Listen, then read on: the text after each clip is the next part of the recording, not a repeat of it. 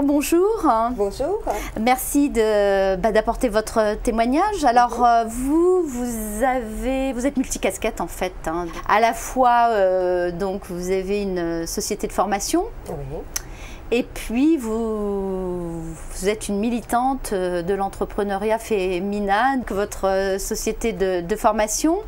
Donc, vous formez dans quel domaine, hein? Alors, je forme essentiellement des managers et je les conseille aussi sur tout ce qui est créativité et innovation. Donc, en fait, je pousse les managers à inventer des nouvelles méthodes pour animer leurs équipes dans un contexte où les équipes sont quand même relativement démotivées et stressées en ce moment. Ils cherchent des nouvelles recettes et il en existe des recettes créatives et ben, moi, je les forme à ça. Donc. Génial, la créativité, ça c'est quelque chose... Alors, on a l'impression que la créativité, c'est one shot. Non, la créativité, ça s'entretient. Hein. Ça s'entretient, ça se fait vivre au quotidien. On peut animer une réunion d'équipe quotidienne ou hebdomadaire de façon différente en impliquant les gens. En fait, les gens ne demandent qu'à ça, hein, pouvoir être innovants, faire valoir leurs différences dans l'équipe, démontrer leurs talents.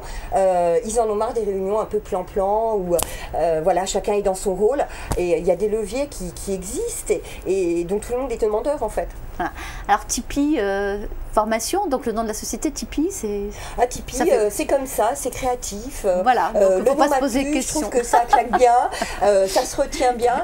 Alors vous avez fait le choix, quelque part, d'être seul dans votre société, mais de faire travailler les autres. Hein, c'est-à-dire que vous travaillez avec tout un réseau d'experts, de formateurs, voilà, donc pour justement peut-être aussi avoir les compétences en fonction des besoins que vous ressentez. Donc ça, c'est un choix volontaire plutôt que de recruter des salariés. Oui, alors effectivement, j'ai recruté, hein, j'avais recruté dans ma structure. J'ai fait le choix d'une certaine souplesse en faisant travailler en sous-traitance certains formateurs en fonction des opportunités qui se présentaient pour mes clients.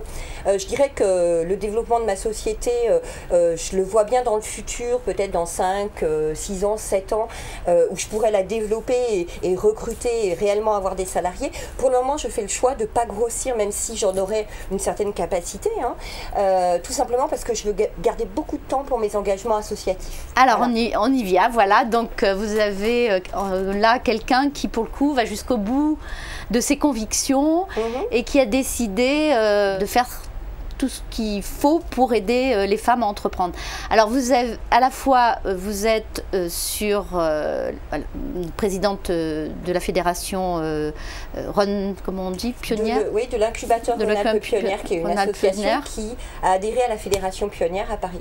Voilà, donc qui effectivement accueille des projets, alors soit innovants, mais l'innovation elle n'est pas que dans des secteurs, hein, donc elle est partout, elle peut être dans dans l'artisanat, pourvu que ça crée des emplois. Voilà, hein, donc dans je les crois services que, voilà, notamment. Aussi. Oui. Et puis vous êtes à l'initiative également de supplément d'âme. DAME. Voilà, d'âme, hein, parce que voilà, il y a quelque chose là qui vient du plus profond de nous. Et alors, supplément d'âme, quelle était la vocation au départ, hein? Qu'est-ce que vous... Alors la vocation, c'est de promouvoir une plus juste place des femmes dans l'économie et la société, donc qu'il y ait un meilleur équilibre des genres. Nous, on s'inscrit vraiment dans la coopération avec les hommes, hein, c'est-à-dire que je pense que les hommes ont tout à gagner également à un meilleur équilibre des genres, que l'économie s'en porterait mieux. L'association d'ailleurs est ouverte aux hommes. Et nous, ce qu'on pousse, on pousse les femmes à entreprendre, c'est-à-dire à prendre en main leur vie, à ce qu'elles soient constructives, qu'elles se réalisent dans leur passion, et que ce soit en créant leur entreprise ou en étant entrepreneur dans une entreprise, donc en progressant. Oui, en intra-entrepreneuriat, oui. Voilà, exactement. Donc, Supplément d'âme a un réseau de mentorat, donc de marraines et de filleuls qui fonctionne très très bien. Ça, c'est très très efficace. Hein. Très efficace. Les femmes ont besoin de modèles pour pouvoir progresser. On a également un laboratoire d'idées, donc un think tank pour faire riche, qui travaille sur le thème en avoir ou pas. des enfants. Donc vous voyez que rien que l'intitulé, on pourrait penser à autre chose, voilà, de faire quelque chose de toujours humoristique. Oui, il faut garder, faut garder sa légèreté. Hein. Le sujet, il demande à nous beaucoup de courage. Hein, vous le savez, Maïté, pour se battre du côté des femmes, il faut avoir beaucoup d'énergie et pas manquer de courage. Il faut aborder les choses comme ça, de façon assez détendue. Avec les hommes, on a beaucoup plus d'écoute. Bien sûr. Alors, ce qui m'a frappé aujourd'hui, c'est de voir la complicité que vous avez entre toutes les associations qui accompagnent les femmes, hein, puisque je crois qu'aujourd'hui, à Lyon, vous étiez toutes présentes.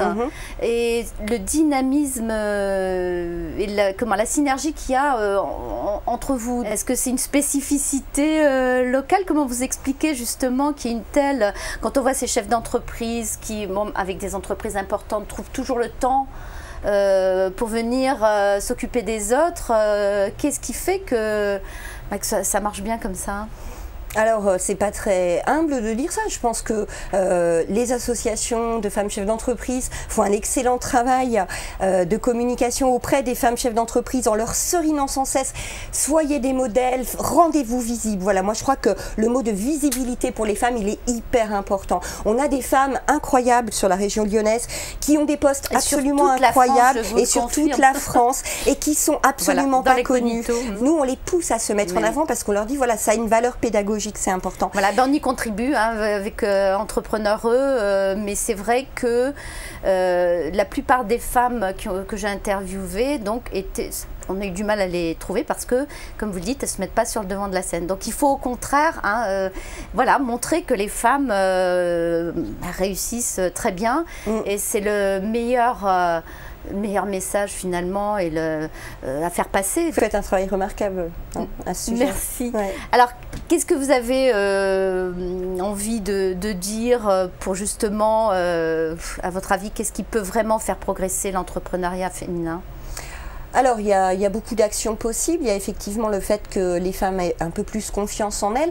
Nous, à Supplément d'âme, par exemple, on a une formation qui s'appelle Personal Branding, donc qui aide les femmes à se vendre, voilà, dans les réseaux, parce qu'elles, parfois, elles ont du mal à intégrer certains réseaux. C'est normal, ces réseaux ne sont pas faits pour elles. Donc voilà, les rendre conscientes de ça. Moi, je crois que ce qu'il faut, c'est leur transmettre une énergie, un enthousiasme. Par exemple, mon travail, je l'appelle une occupation. Je l'écris P-A-2-S-I-O-N. C'est-à-dire que, voilà, je me connais bien, je travaille dans la créativité, ça m'éclate, comme ça m'éclate, et ben je fais des bonnes prestations et donc j'arrive à vendre à mes clients. Donc ça commence par le fameux connais-toi toi-même et puis ensuite on se réalise dans la création d'entreprise et pour moi c'est un bonbon au miel la création d'entreprise. Voilà.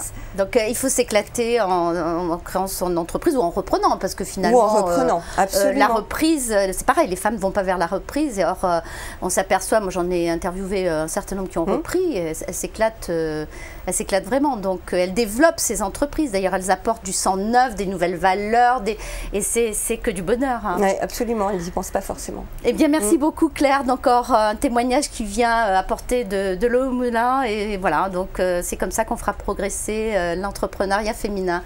Par la passion, en mettant ces modèles en avant et puis avec beaucoup d'énergie. Et en gardant ses valeurs. Voilà. Et merci à vous pour ce que vous faites, c'est formidable. Merci.